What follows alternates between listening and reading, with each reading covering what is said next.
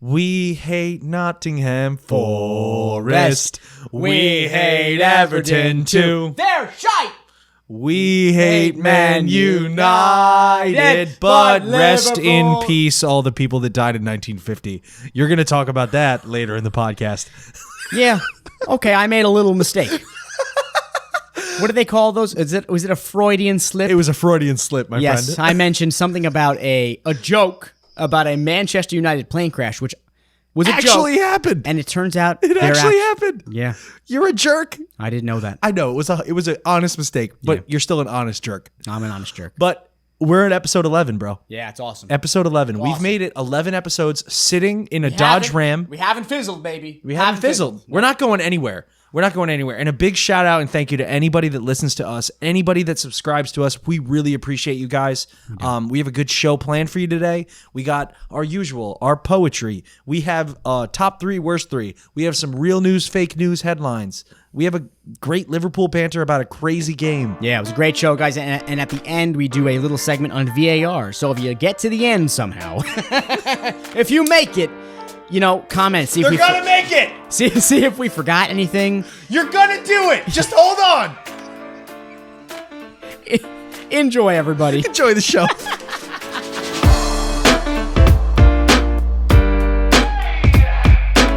And we are back. We're back. It's Wednesday night. And we scored against the shite.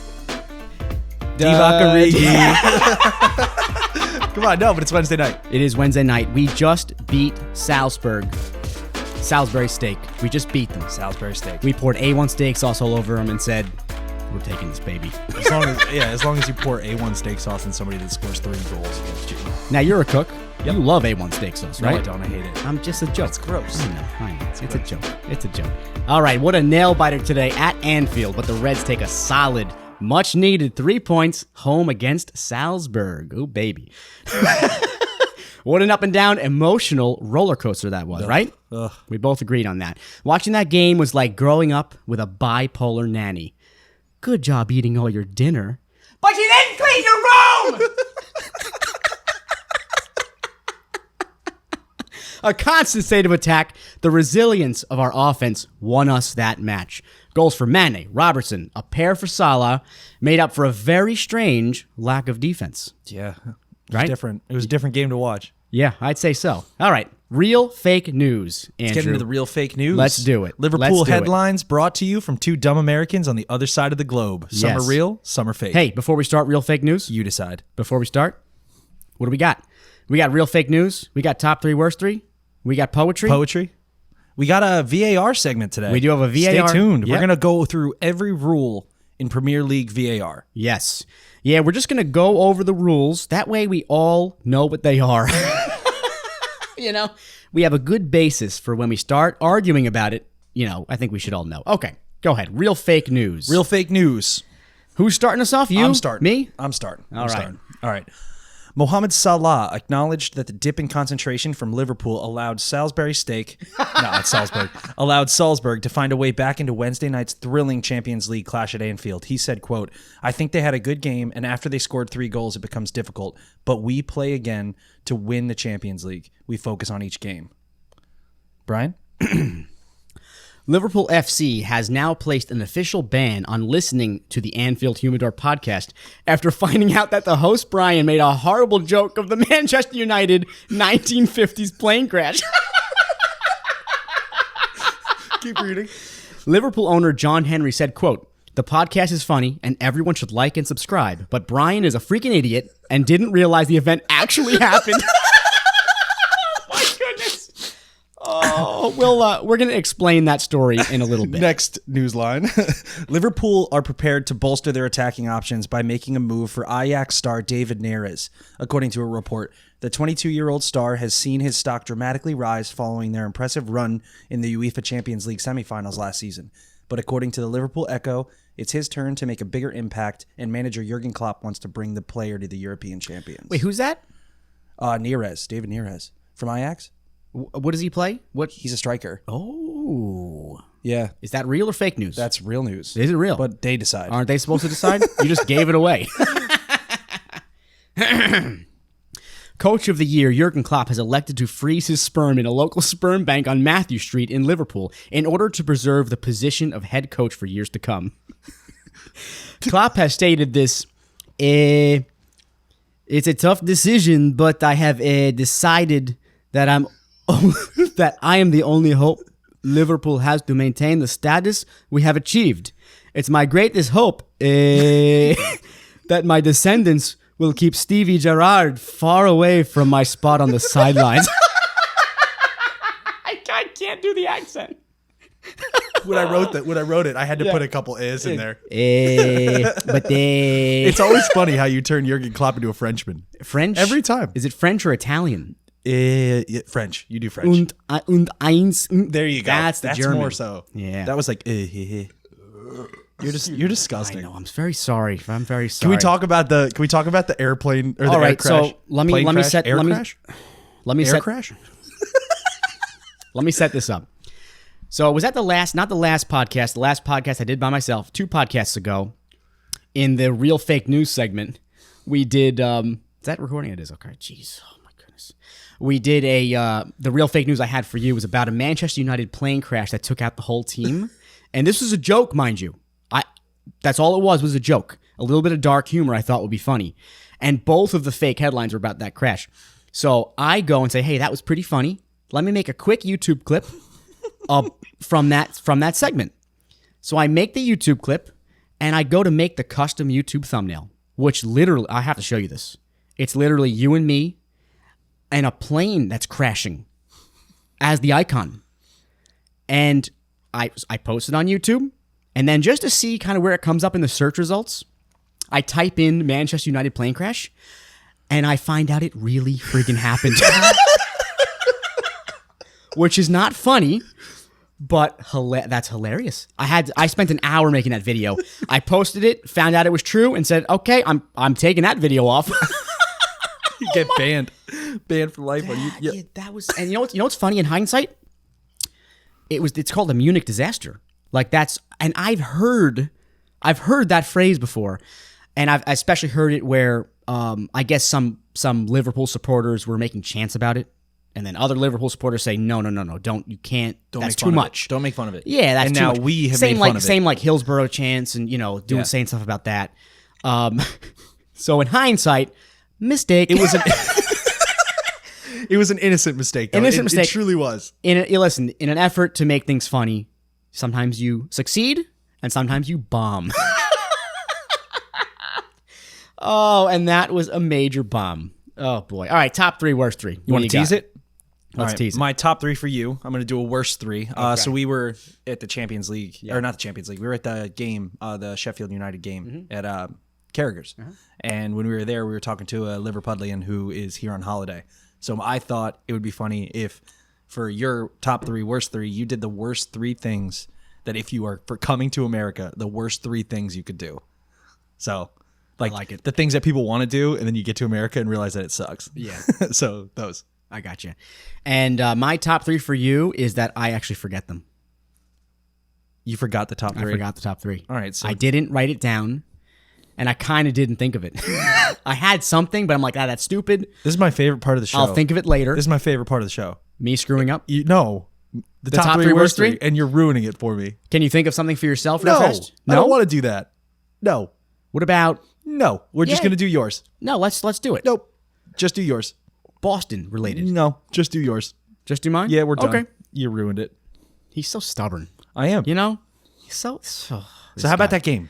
Let's talk about the game. No, I don't want to talk about the Let's game get some game banter in here. No, it was a good game. All right. So that was a good game. Good first half. Good first half. All right. Let's talk about Mohamed Salah first, okay? We'll talk about him. We're going to talk about Robbo a little bit, but let's talk about Mo first and his positioning on the field, okay? His constant attack and just his game overall. Do you have any thoughts on that? Yeah, man. I thought Mo had a great game. Okay. I thought he was man of the match. Great. I mean, he scored twice. He scored twice. He scored 2 goals. It's hard to not. Yeah. I thought Robertson, man, was the man of the match. He had such a good. But we're talking about Mo. Talking about Mo. But yeah, up there, definitely one of the top. Stay on topic. Stay on topic. Stay on topic. one of the best games from him all season, I think, especially because the last couple games that you and I have watched, and we've watched pretty much every single game, we always talk about his position and how like either a defender has his number or the ball just wasn't there for him. Like this is his first game where he scored 2 goals this year, if I'm not mistaken. So he just had a great presence on the field. He had a great attack plan. He was always rushing up. Like, you know how you mentioned last time when things aren't working defensively for Liverpool, they'll send Mo. Mm-hmm. They sent Mo, and it was working. Mm-hmm. It was working. I know he missed a couple shot at the end of the first half that it wasn't like him, but he capitalized on that in the 68th minute. Yeah, and but, you know, man, just constant attack. He looks so good. The shot that he missed. I don't know. The commentators were kind of ripping him apart a little bit for that. They were like, "Oh, you know, you don't see him do that." I don't call that strike, the one he missed, number one, he didn't miss by far, okay? He missed 5 feet wide. I didn't get the right angle on that. He missed 5 feet wide. It was like that's a hard shot. Yeah. You know, I don't know. Yes, he's a top-class striker, but a shot like that where the ball's coming over your head, it bounces once, and then you full volley it? Wasn't he outside the 18? Or maybe just in the 18? Just inside the 18, I think. He struck it pure. He did almost everything perfect. Yeah. So I thought they were a little hard on him. Like, you give him that chance again, and he might miss it again. Like, that's a hard chance. Yeah, I mean, that's how he made the goal. I mean, it was only him and the goalie, granted. All right, I get that. You should get that on target. But still, I don't know. I don't know. I thought they were a little hard on him for that. You know what I mean? I mean, he was making so many chances. Yeah. And this thing, you like watching his relationship with like certain players, like him and Firmino are always, I think, top duo. They are always on the same page. They selflessly give each other the ball. I mean, Mo's a little more kind of selfish with it just because he is a more accurate striker. That's who he is. It's his game. But I'm watching these plays develop with him and Henderson. And like it wasn't working today just because Salzburg played so well. They did play a really great game. Once Holland came in the second half, like they looked so good. But you could see him trying. He was trying. He was doing these like dump passes to Henderson where he'd float out to the outside, and Mo was there. I thought he played so well. Yeah, I mean Mo, he's always trying, even on his worst days. And that's what I love about him is that even on his worst days where nothing is working, against Chelsea when Tomori had his number, you know, nothing's working for him. Yet he still is trying. He's trying all of the creative things. Yeah. Whereas some players don't do that. Some players back off from those creative passes because creative passes is what lose you the ball. Yeah. You know what I mean? Like, but he's always going for it. He's always going for that 1-2 where he'll flick it behind him and then run. Every time Mo passes the ball, he's running after. He knows that. He wants it back. Not every player does that. You know, some players they kind of like Robertson does this a lot lately, where he will pass the ball instead of the quick 1-2, he kind of holds back. He's got a lot of defensive duties to do. So I don't know. That's something I've always loved about Mo. He's always looking for the creative pass and the creativity. Same with Firmino. Yeah, but you're looking at that like I see that all over now. I see it all over our team. Like I'm looking at Gini Wijnaldum and Gomez, and they're just one time of the ball back and forth, breaking defenders, and they're in the midfield. Yeah, like it's crazy. It is. It's completely the ball nuts. Control. It's completely nuts the way Liverpool counterattack. I mean, I can't. There's one specific occasion I'm thinking of. I can't remember which game it was past from. Game? Oh. No. But just their quick 1-2s. It's when they go through Firmino. When they go through Firmino on a counterattack. Oh my goodness. There's always something amazing. There's always something amazing Firmino does to break everyone apart, and the counterattack is now on. Same with Salah and Henderson. Henderson did that today a couple times where the ball's coming at him and he does this quick flick or something and it breaks the whole defense apart. Yeah. It's really cool to watch. So, you know, talking about Mo, and then we got Robertson, who had also, you say an unbelievable game. I thought it was an unbelievable game. I agree. Now, before we get into this, something to say about this game. I think you could look at any player in this game and say they had an unbelievable game. And then you could look at every player and say they were crap. First half, second half. Yeah. I don't know about every player, but almost everybody lost the ball in a horrible position. Yeah. You know what I mean? You saw Trent struggle. You saw Mane give up a few. Just off the top of my head. Gomez. Yep. Henderson. Yep. Mo. Virgil.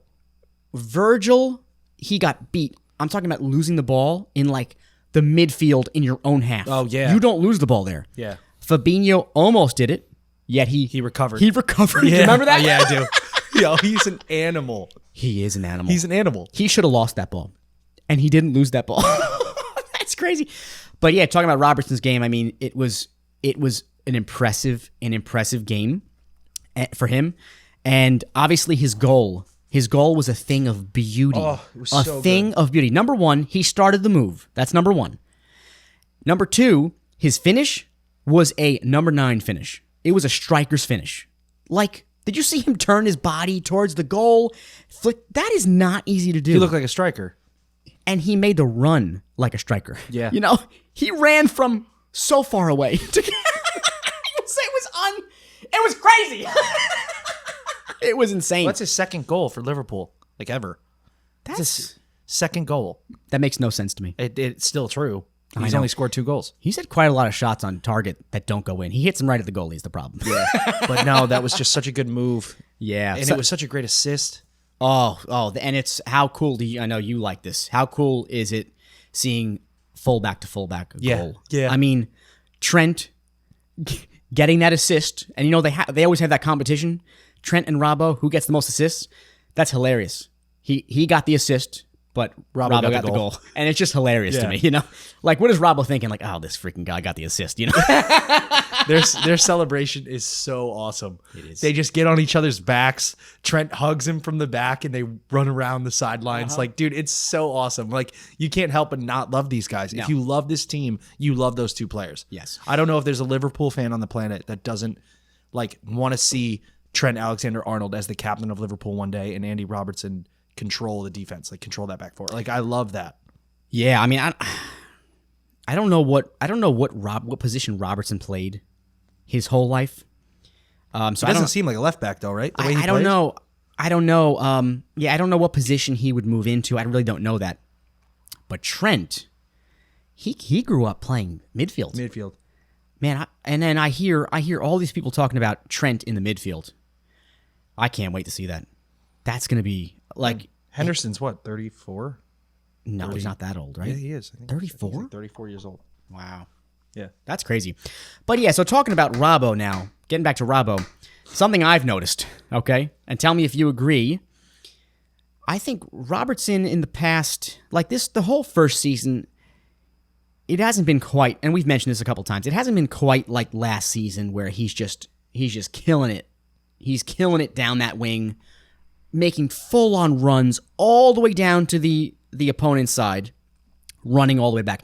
This season, it seems like he's a little more conservative with his runs. And you see it a ton. I saw it a ton this game where he'll pass the ball to the middle, and instead of making that run, he just kind of stays. It's almost like Trent's running down more. Yep. So Robertson kind of stays there. So I just wonder, I must imagine that is part of Klopp's plan. Like, that is kind of the way, all right, and maybe it has to do with this, just off the top of my head here. Maybe it's the fact that Robbo's better at defense. Yeah. You know what I mean? Trent gets beat. He does get beat. Trent gets beat sometimes. He's incredibly improved, Trent, on defense. When he's one-on-one with a striker or something, I have a lot more confidence in him now. But yeah, so I don't see Robbo going up the field as much, and I wonder, is that Klopp's plan? I don't know. Yeah, I just love our fullbacks. I love our fullbacks. Me too. They make the game for me sometimes, especially when you see them score together. Oh, it's the Yeah. best. You have a goal from Trent 2 games ago, and now you have a goal from Robbo, and you just love to see it. And it's there. I know Trent's was from a set piece. Doesn't matter. It's a goal. But you see, like, in what team can you watch? Because I watch a lot of Premier League. What team can you watch where your fullbacks run the route that Andy Robertson ran today? Does that It exists. Barcelona. But Premier League teams. Oh, yeah. You know what I'm saying? Like, I got you. They have so much confidence in their defense to send their fullbacks. Definitely the best defense in the league. Definitely. Yeah. By far. And yeah, I mean, it's just crazy that not only do we have the best defense, but our 2 defenders are also majorly involved in scoring goals. And they still get back to defend. It blows my mind. Between them and Salah and their positioning on the field, man, I don't know how they run full 90s. I don't know how they do it. It's insane. It's nuts. It's Their insane. conditioning is outrageous. Yeah. It's not going to last forever, but it's absolutely insane. And it's a beauty to watch, and everyone thinks it's a beauty to watch. Excuse me, not just Liverpool fans. Everyone knows that these are some of the two best fullbacks in the world. Yeah, I was talking to actually it's crazy. A customer came in today to my store from London, and they were Man United fans. So I started chanting, "We hate." Did you tell them about the plane crash? No. They said, "Oh yeah, from the 1950s." I started the "We hate Nottingham Forest. Oh, we nice. hate Everton too." Yeah. I started that chant, and We hate Man United. Liverpool, we We love love you. you. I'm sorry. So I started that chant, and they were talking. And they're like, "No, he's like, I can't do an accent right now, but he's like, You can't. you have trouble with accents. if I have to on the camera. cuff, I'm bad." But he's like, I'm great he at was them. I like, turn German accents into Italian accents. But he was like, you talk a lot of crap about Man United, but we respect Liverpool for what they're doing today, or for what they're doing this year. Like they have we a lot respect of respect. Man United I don't respect from- Man United. From the 10, 15 Yeah, years Alex ago. Ferguson, but I don't respect this Man United. No, yeah. This Man United is crap. Yeah, they're They're bad. They're garbage. I called him Manchester Who United today to the guy. I thought it was funny. I was like, "Who do you like again? Manchester Who United? Yeah, it's Who's half, that?" It's half funny. So, so we won that game though. We won the game in Anfield against Salzburg. What does that do for us now? Looking forward to the Champions League, looking to the group stages. What does that do for us? We're second. I believe we're second in standings, or we're third in standings behind I don't know. Napoli on the group stages. The not goal sure. differential is crazy. Yeah. So Yeah. I mean, what it does for us is we had to win that game. I mean, we didn't have to win it, but man, if we drew that game, man, are we worried? Here we are. lost Here to we are. Napoli at home, and then imagine a Salzburg draw in Anfield, knowing that you have to go to Salzburg. Exactly. You're going to Austria. Or a loss. I mean, when it was 3-3, weren't you nervous for a loss? Yeah. But again, like you mentioned, we mentioned the resilience of the team, and we always talk about the resilience on defense. How about that resilience on offense? Yeah. We kept attacking. We made tons of defensive errors, which is not like us. And again, we've said this a million times this season. That's the best learning experience you can have. A win. We talked about it with Adrian and his mistakes, and we still won those games. This is a complete defensive brain fart. Complete. You know what I mean? And we won the game. So, Austin, that's as good as it gets. As good as it gets. We hammered that game out. That boosts our confidence. And what is Klopp going to say? I mean, he's going to tear the team apart. Yeah. Nicely, maybe meanly. I don't know how he works. I think he'll probably say something in French. I think you think he's I think French, he's like, but he's German. You guys are great on the field, and then when he gets in the back of the locker room, he's all Hitler style. Oh, there it is. There it is, everybody. Now we're kicked off of Apple Podcasts. No, you know what I mean. He gets crazy in that dressing room. Yeah. So, but it's all good. It's all good. You know what I mean? So, like you're saying, in the locker room, you have Liverpool first half, and then you have Liverpool second half, right? Yeah. So, like, they had their first half meeting, and we're up 3-1. They let a goal. Min Hing, what was his name? Min Hing Sing. Min Hing Yang. This is also getting us kicked off the podcast. I forget his name. No, he's one of the Eases. But you have him score that late goal in the first half, right? Right. So Liverpool goes into the locker room up 3-1. They come out, and now we play the second half. What are the differences? Like, what happened? What happened defensively? Like, what? I think a little bit of panic set in. And again, that is not like the Liverpool defense. We've been talking about it all season, how strong they are in defense, even when they go down. They're strong. When they go up 1-0, they won the game. We all think it.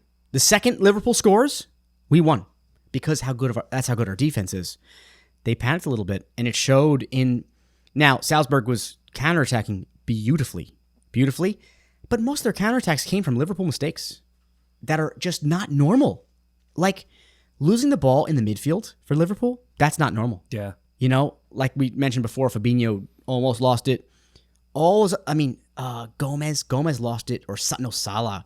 Salah lost it in a really bad position. Henderson really bad. lost it really bad. Henderson lost it really bad. Mo had that horrible pass. Wasn't the goal a result of Henderson losing the ball? So. I It was forget. either Henderson or Salah's pass. Yeah, so One of the that's very unlike Liverpool.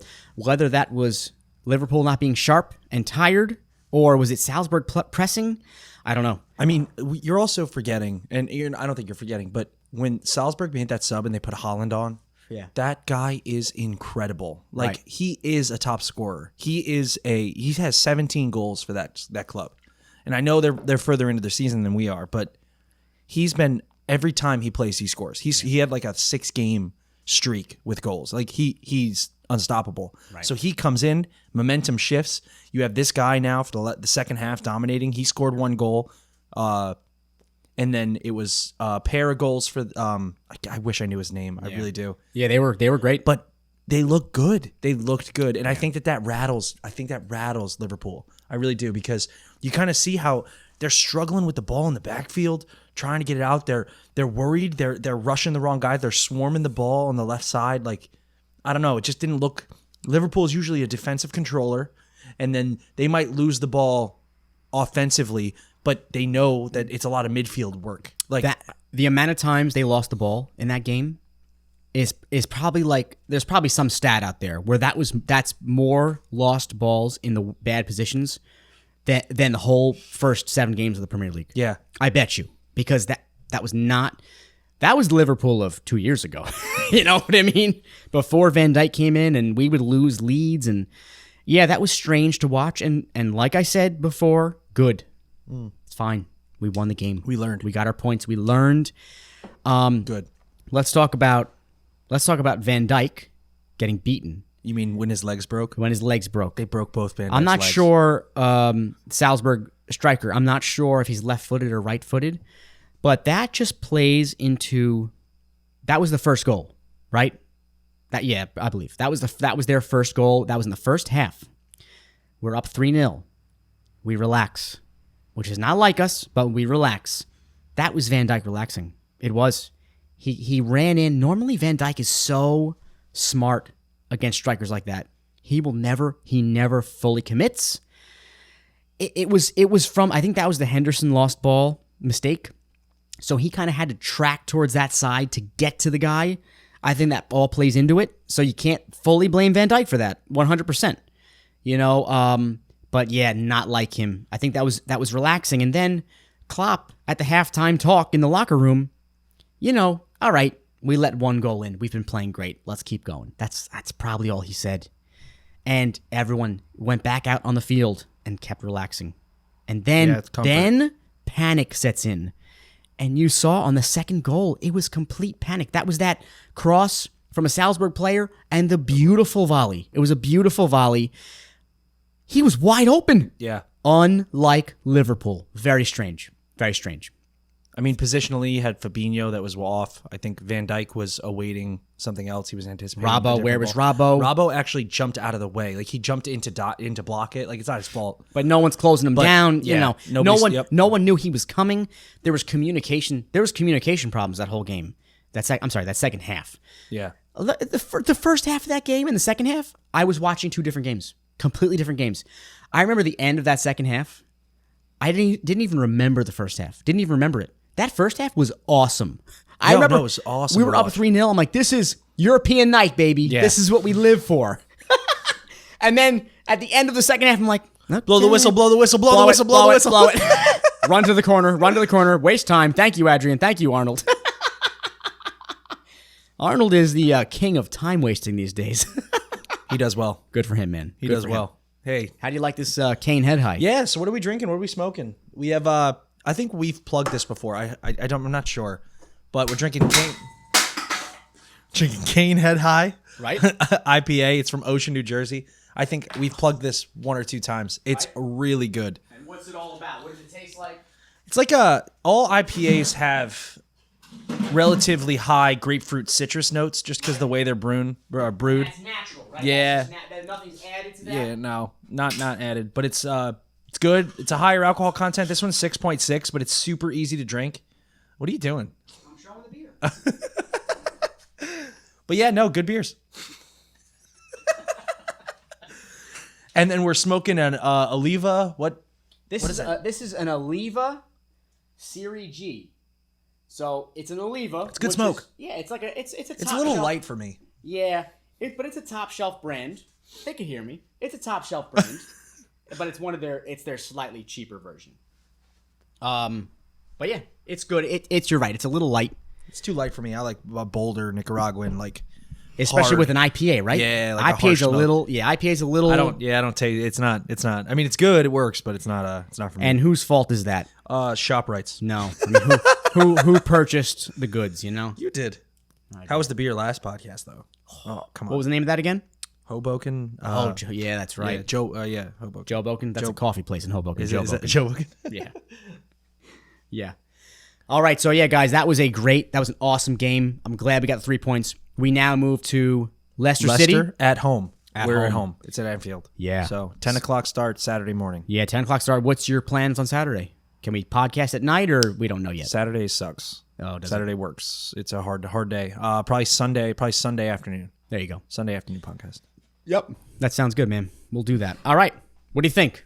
Top 3? Top 3 for Worst you. 3 for me? For you. Just your worst 3. And you didn't think about any of it. Of course not. That's the way I work. I do it right off the fly. All right. So tell me again what I have to do. Oh. No. No? No. Yeah, tell me. No. Remember. What's your worst 3? It's what I should tell people they shouldn't do when they visit America. Somebody comes to America for their first time. Yeah. They have the big picture of what America is. They have plans. What's on that list that you say do not do? Yeah. Do not do this if you come to America. It sucks. It's lame. It's not worth it. Go. All right. I got 3. They all kind of have to do with New York. That's the only place people come to if they come to America. Okay. So the first thing I would avoid, if you're going to come to America and visit New York City, just don't go to Times Square. Ugh, it's the worst place. I understand why you want to go. I get it. You know, it's like it's the same reason Americans go see, I don't know, Buckingham Palace. No? We didn't see it. We didn't see it. Yeah, because it's a building. All right, wonderful. Buckingham Palace is better than Times Square. I didn't see Buckingham Palace, but I know it's better. Okay? Times Square it's one large advertisement. That's all it is. It's disgusting. It's one large advertisement That smells like pee. that smells like pee, and you are shuffling in with all the sheep to go to the M&M store. And to go to Bubba Coo's Shrimp. That's not New Bubba York City. Gump. Bubba Gump. What did I say? Bubba Coos. That's burritos. That's burritos. Cheers, bro. Cheers, man. Good beer. Yeah. So Times Square. So number 3. Yeah. Do not go to Times Square, please. If you're visiting this country, do not go to Times Square. I echo that top 3. Yeah. Echo that. Yeah. It's awful. Yeah. Don't go to Times Square. It's completely useless. All right. Here's number 2. And I'm struggling with my number 1 right now, but here's number 2. All right. If you are going to visit our area, the New York, New Jersey area, do not go to the New Jersey beaches. No point. I live here. People in New Jersey, they also like our beaches for some strange reason. I don't know why. So let me explain what our beaches are like. Okay. Not all of them. We have some good beaches here. Our beaches, so for example, like Belmar, Point Pleasant, Seaside. Where else? Manasquan, Deal. These places. All the beaches on the coast of New Jersey. Number 1, they are crowded as can be. I mean, you're talking wall-to-wall people. It's not some beautiful coast like California, rocky coast, or beautiful empty sand beaches. It is just stock full of fat New Yorkers. And hey, good for them for vacationing in our town. It gives us money. Great. Okay? So the beaches aren't fun. They're not fun. There are lifeguards every 2 seconds that tell you can't do anything fun. Okay? You try to go into the water, they say, no, you have to come over here. You try to go into the water with a bodyboard, like a boogie board, And they say, no, you can't go in with a bodyboard. You have to go over here. You try to surf. No, you can't surf there. You can surf over here. It drives me up a friggin' wall. And you got to pay to get on them. Well, can I finish? Okay. So that's my second point. That's my second point is you have to pay a hefty fee per person to get on our beach. They put a gate up and they said, we own this. This is God's creation. No. It's not. We own this. Gate, $10 a person. At least Crazy. $10 a person. Yeah. Crazy. So now that's $85 a year if you want a beach badge in New Jersey. It's like $65 to $85 a year. Yeah. Yeah, it's crazy. And you can go to, I believe, Atlantic City, which is the same. It's just as crowded. It's just as nuts, but it's free. The beach is free. But you might get stabbed. You might get stabbed, and you're going to lose all your money gambling. Or you can go to Wildwood, which is South Jersey, Cape May. Those beaches are free.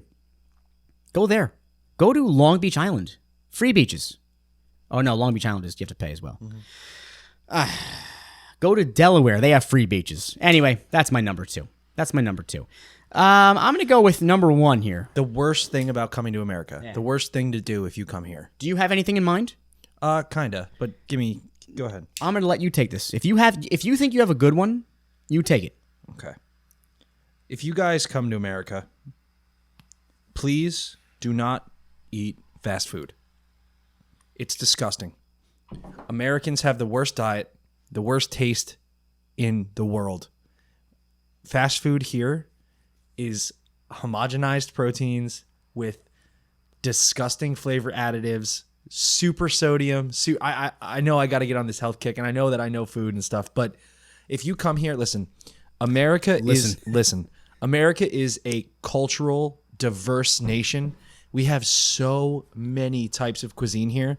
If you're going to come to New York City, if you're going to come to the East Coast, if you're going to come to this country, try really nice restaurants. Don't fall prey to this McDonald's, Shake Shack, TGI Fridays, Friendly's bullcrap. It's disgusting, and people come to America and they think we're disgusting fat losers because of what we do. We have drive-throughs. We have don't do it. Please don't do it. Yeah. If you come here, go to nice restaurants. Figure out, look online, find a really nice place that's rated well, go to that restaurant. Don't eat because we food. Have good restaurants. I think their food in America is the best food in the world. Yeah. Just because it's so culturally diverse.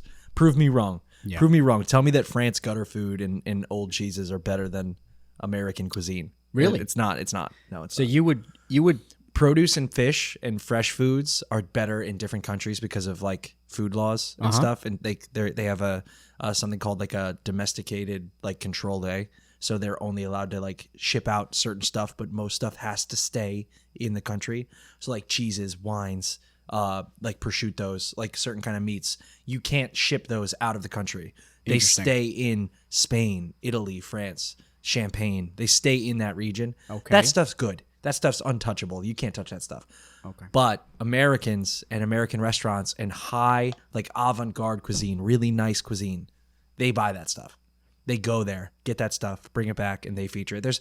There's so much more that American cuisine has to offer, and everyone I talk to, every person I talk to from outside of this country only thinks that we eat fast food. And it's disgusting. And it that's sucks. strange, because that's not true. It's not true, but it's a stereotype, and stereotypes are true, so it's probably true. I mean, but it's true for some Americans, but not most. I don't know, and I feel like you get that what you're explaining. Ugh. You get that all over. I don't want to say all over the world. There's McDonald's everywhere, but in all the Western countries. You kind of get that same situation to a certain extent. Maybe not France, maybe not Italy. Westernized. England. I don't know. Where did you go in England? Shake Shack. And we also went to... You suck! We also went to some place in Liverpool where you couldn't figure out how to eat the food. They weren't top notch. Something else, when you come to America, and this just goes for any place, just don't do the touristy things. I don't know. I don't want to say don't go to the Statue of Liberty. Just look at it from afar. If you want to stand with a bunch of people, that just blows my mind. Ugh. The only time I want to be standing wall to wall with a bunch of people, we better be screaming Liverpool chants. That's all I got to say. Yeah, and Other than that, I don't want to deal with it. While we're on the topic of that, and this goes to anybody that might listen to this podcast, for you people that say Americans can't have Liverpool chants, Americans can't chant, Americans don't know. I chant and we chant harder than any Liverpudlian that we've met. We are desperate to chant. Just because it doesn't exist in America doesn't mean that we can't chant. Because we try to chant in men's bathrooms, we try to chant at bars, we get kicked out of bars, we're not allowed in cigar bars in Matthew Street in Liverpool because we're wearing Liverpool gear and we want to chant. It's ridiculous. Yeah. I like you for following us on Instagram and for commenting on our posts. I appreciate it. But for you to say that Americans can't chant, I guarantee I know more words to more Liverpool chants than you do, and you live there. Cut us a break. Cut us a break. Two dumb Americans. Cut us a break. It was one person, Andrew. No, it's not. It's all of them. It's all of them. Oh, that's funny. I'll sing every word of Poor Scouser Tommy right now. They won't. Go ahead. No, don't do it. Okay. That'll be a quick turn-off podcast from everybody. All right. And what was your top 3 again? I didn't give you one. You don't have one because you suck. Yep, I do suck. I'm sorry. I was busy working tonight. I'm sorry. All right, let's go. Poetry, baby. Poetry in the Dodge Ram. Poetry in the garage. The garage. All right. You got one? I got one. Is it good? I think so. All right. Let me go first then. Because mine is interesting. All right. I got to get in the right mood for this. And let me find it as well. Okay. It's not there. I found it, baby. Let me scroll through this first failed poem, and then we'll go to the right one. All right. Okay. Lights down low. Poetry in motion. Go. The Senegalese man. You hustle and tussle more than any other man. You soar and you score like no one else can. You have the complexion of the midnight Sudan. Or you're just Irish and have a killer tan.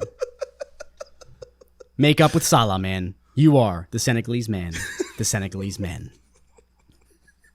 You just repeated the same word like 8 times. Oh my god. Oh, poetry in the motion, dying fast. I wanted to make it poetry in motion. I wanted to make it was funny. I wanted to make it different. So there you go, baby. The Senegalese. Who am I talking about? Firmino? No. Money, da da da da da. Oh, money, da da da da. He needs a better chant. He does. He needs. Yeah. Okay. So here we are, 2 dumb Americans, and your chant that you made for Mane stinks. Make a better one. And it's based off the dumbest song in American history. Yep. Sugar, Sugar by the Osmonds? Yeah. I think it's by the Osmonds. Okay. Make a better chant. Make a better chant. Take a Senegalese national anthem and make that the Mane chant. There you go. I just want a better chant for Mane. The dude scores 1,000 goals a season for Liverpool. He's so good. All right. So good. So you wrote a poem about Mane. I wrote a poem about Genie. Go for it. Here we go. Da, da, da, da, da, da. Hold on. I got to start over. You can't do it. I can. Da, da, da, da, da, da. Genie, why no dumb? When you scored that goal for Sheffield. Oh, shoot. When you scored that goal, you made Sheffield look dumb. Start over, please? This is a train wreck now. I messed it up. Da, da, da, da, da, da. Genie, why no dumb? When you scored that goal, you made Sheffield look dumb. The Anfield Humidor podcast watched Carragher's go insane. Liverpudlians there were looking at us chanting in shame.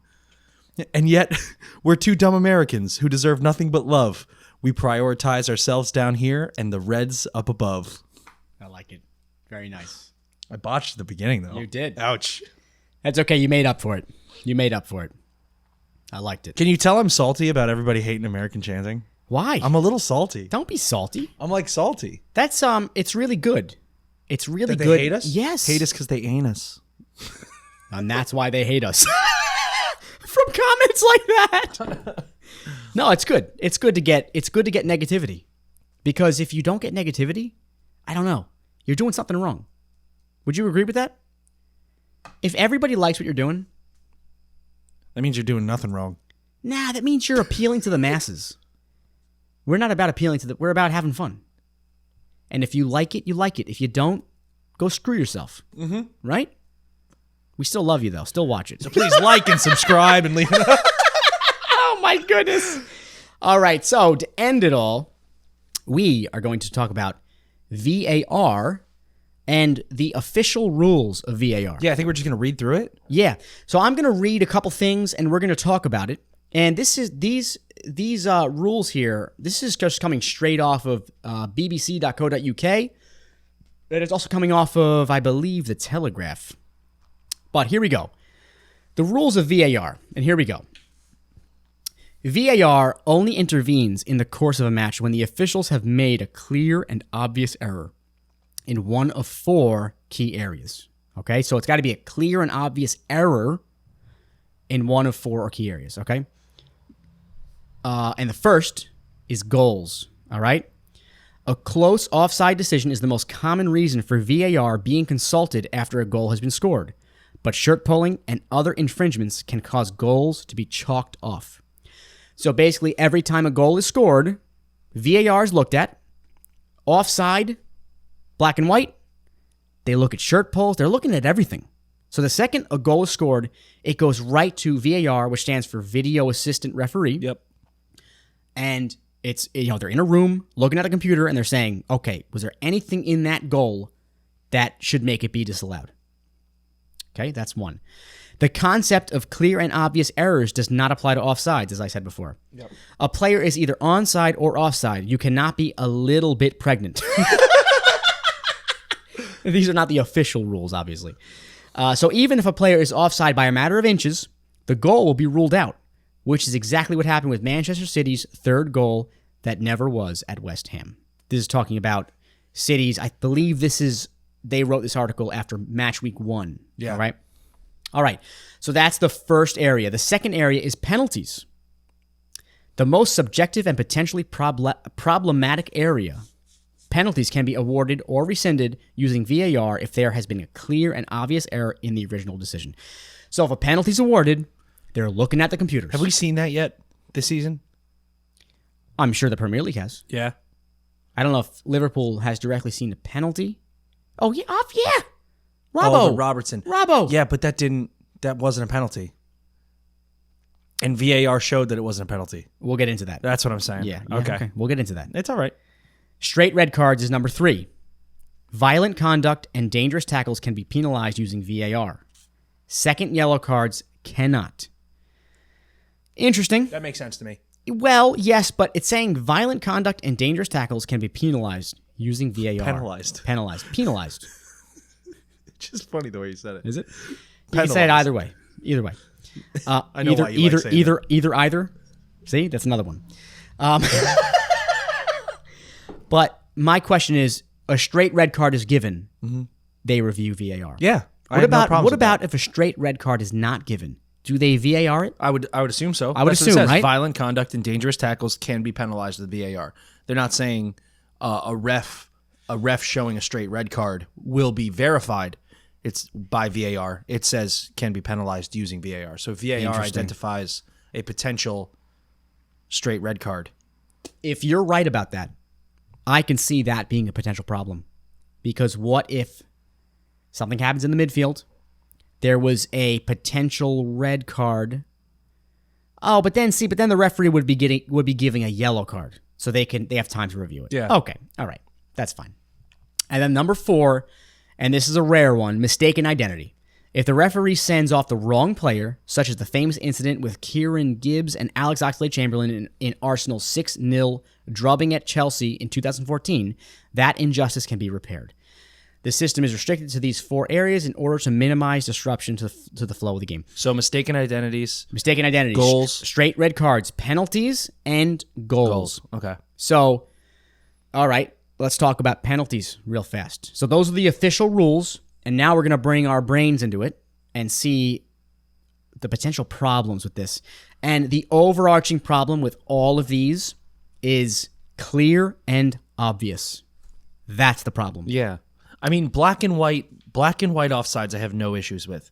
If you're offsides, you're offsides, period. Time of the pass, picture. Where's your arm? Picture. I see it. You're offsides. Where's your leg? I see it. Picture. Offsides. You are offsides. It sucks. You might lose. You don't get the goal, but you're offsides. Black and white. You were offsides. The goal gets called off. The thing that I struggle with, so goals I'm okay with. All like goals I'm fine with. The VAR in scoring plays does not bother me. The penalties, it's just the penalties. The straight red cards don't bother me, and the mistaken identities you're not going to see. The straight red cards don't bother you because you haven't experienced it yet. No, I know that, but with VAR, I think straight red cards. I don't feel like that'll. Okay, you're saying that, but Give me a scenario in which I would be. Same with penalties, same with goals. It's the clear and obvious is the problem. So, straight red card. Let's say a ref gives a straight red. Okay. The VAR people review it and say, well, it's probably not a straight red, but it's not clear and obvious, so we ain't saying nothing. That's how it works. We talked about this before, how they kind of like idolize these referees and they don't want to change them. They don't want to change their decision. If you want VAR to work, that's not the way to go. You have to do it. You have to. You have to make it your standard. Yes. Make it your standard. And the head ref, the center ref of that game, needs to put his red card up when he thinks he should. And when it's disallowed, when VAR says, you know what, we reviewed this, we looked at all the rules, this ain't a red card. It wasn't clear and obvious, but there was 6 of us in this room, and we don't think it's a red card. We should send that back as no red card, and the ref should go, cool. The ref should be 100% okay with that. Not like, yes, because I guarantee you, in that situation, in that room of refs, if he was in that room, he would agree with them. Yet, why are we holding? It makes no sense to me. yeah. Why is your self-esteem? Yeah. Why like if a penalty is made in a soccer team in a soccer game, why is your self-esteem a piece of the equation? Like we can't offend you. We can't say you did a bad job. It's not even self-esteem. It's like the ref. The ref. Esteemed. Yeah, you're right. Okay. You're right. We just don't want to be, I don't know. They just hold this ref to such a high standard. We don't want to say he's wrong, and that's stupid. That's stupid. Yeah. We say the linesmen are wrong, clear and obvious about offside. Why not the head ref? I guess I don't know. It's a tough call. It's because they're in the middle of this adaptation period, Yes. right? So Yes. they're trying to figure out how to implement a new system and keep the game like as integral as possible. Yeah.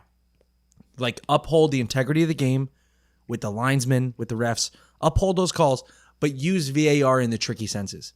Like the World Cup, every goal, VAR. That was the standard. But they held to that the entire World Cup. Belgium, there was a couple like crazy VAR calls. I watched a Japan game.